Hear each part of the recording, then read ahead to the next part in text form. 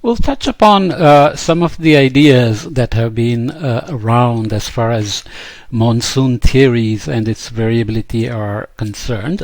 Our friend Haley comes back. Remember him from the Hadley circulation he proposed, which was that sun keeps moving from east to west, so there is a heat source moving, creating a zonal pressure gradient on the night side versus the day side, and then he said that can explain the trade winds. Unfortunately, he didn't talk about what would happen on the other side, but his theory is pretty close to explaining the solar tides, if not the Hadley circulation. But his ideas on the Indian monsoon or the monsoon circulations in general were much more solid. So here is a nice figure that you cannot see clearly, but this is showing Haley's surface wind climatology from 1686. So you can imagine how little data he had from the ships, and he was still working with them. Looked at the Atlantic and Indian Oceans, where the trade routes produced a lot of data and information. The map accurately represents the constancy of the trade winds throughout the year in the North and South Atlantic Ocean. So he had the northern trades, the southern trades, the Gulf of Guinea monsoon circulation, and the trades or the ITCZ that he had identified here, as well as the Indian monsoon circulation. The monsoon regions he tinted with green here. Reversing wind regimes associated with the annual migration of the ITCZ is shown here clearly in terms of the annual cycle, which was used for a long time, maybe since the time of Alexander the Great's visit to India back in 330 BCE, and the Arabs used it for trading. So they knew that going from west to east was easier in the summer, and going east to west would be much easier in the winter months, and so on. You see the southern Indian Ocean trade wind regime here as well. Okay, so Haley's depiction of reversing winds is fairly accurate, and the Ethiopian Ocean is used as a name, which is not a classical name, obviously, since those old times. But given the time and when it was done and the limited data that was being used, this is fairly remarkable. So Haley comments, let's look at a few of his comments. Action of the sun's beam upon the air and water.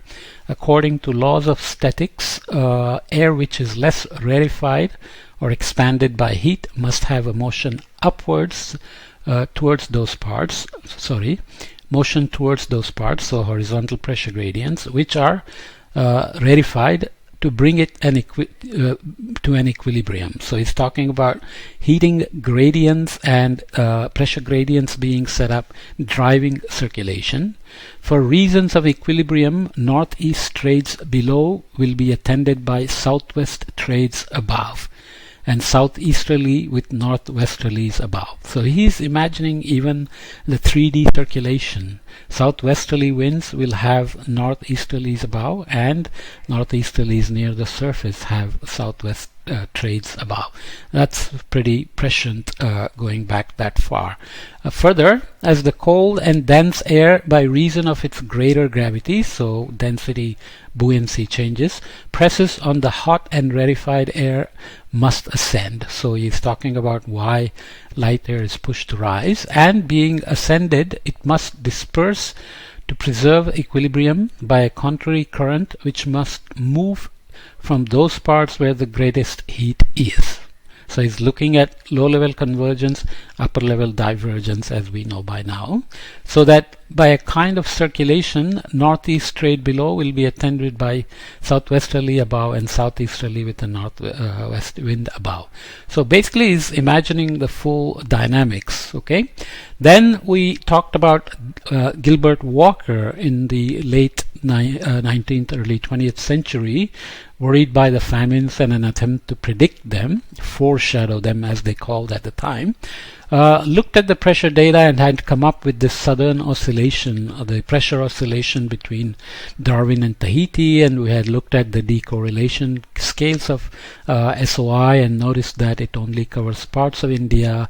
But Normand in 1953 had realized that southern oscillation doesn't completely explain the Indian monsoon.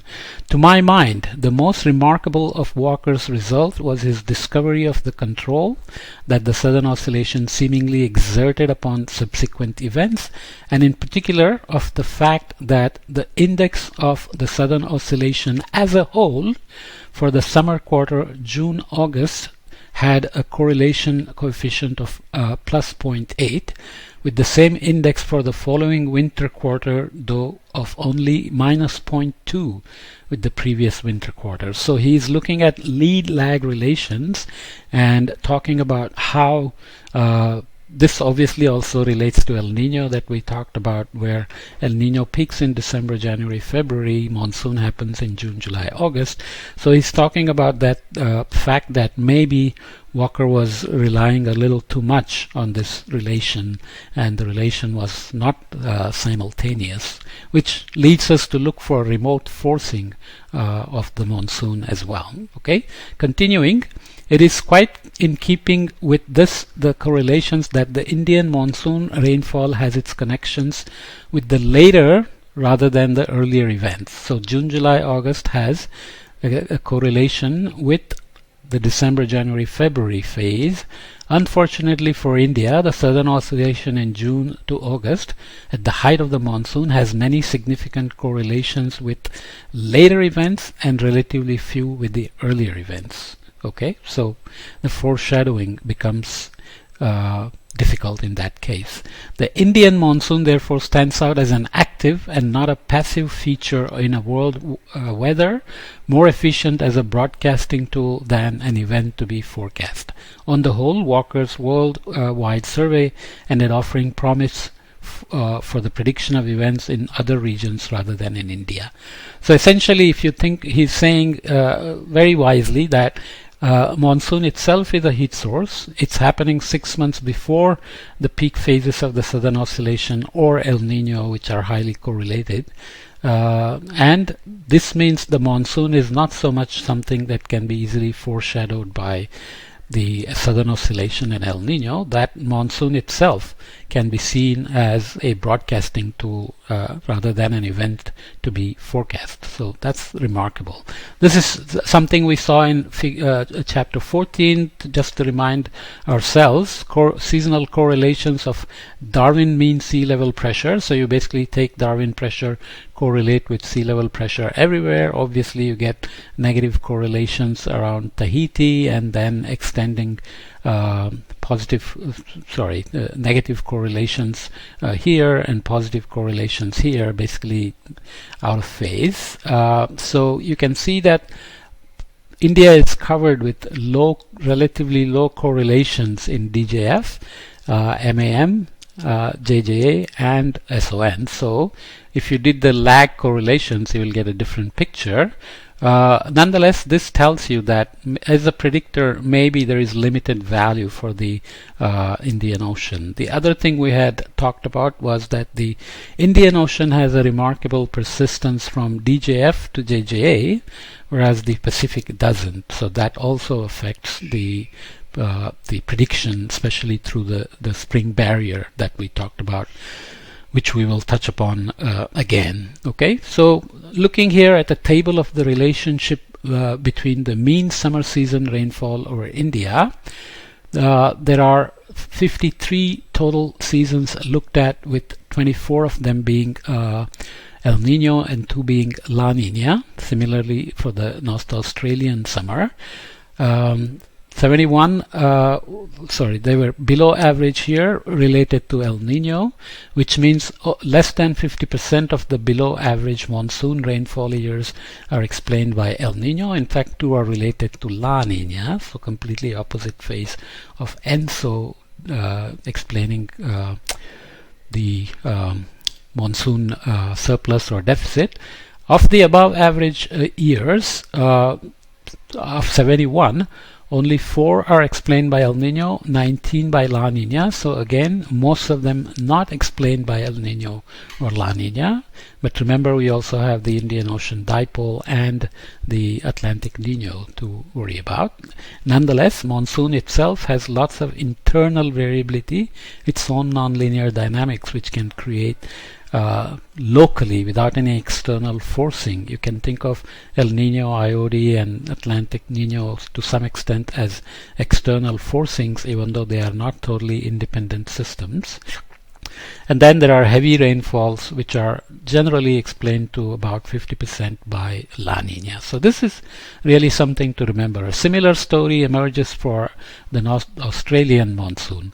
And there are close relations between Indian and Australian summer monsoons, because the strong Indian summer monsoon tends to be followed by a strong Australian monsoon, and also a weak monsoon with a weak monsoon, and so on. So you can imagine that the ITCZ that's running between them has something to do with them. So this is a way of summarizing them, looking at the positive and negative anomalies of the Indian monsoon.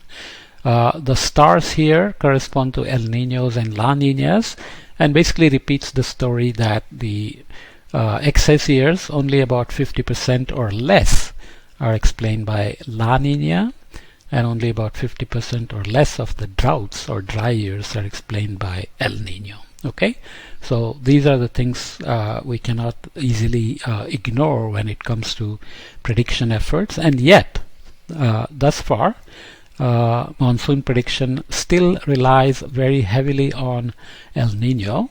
And there the trick is that even though El Nino happens 6 months later, the predictability of El Nino is strong, as we saw before, and if El Nino is predicted before the monsoon season, then often that is used to put confidence in predicting monsoon deficit or surplus. Obviously doesn't work. Plus there are also studies that show that the persistence of DJF to JJA can be used to look at previous year's ENSO state, whether the past winter was El Nino or La Nina, and whether the coming summer is an El Nino or La Nina state evolving.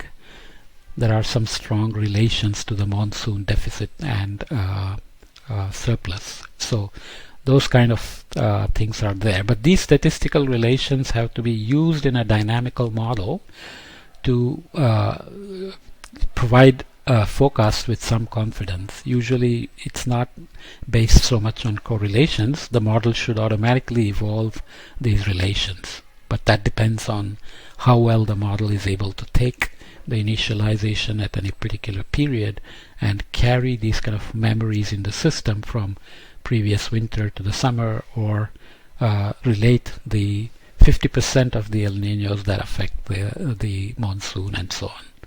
Tough business, right?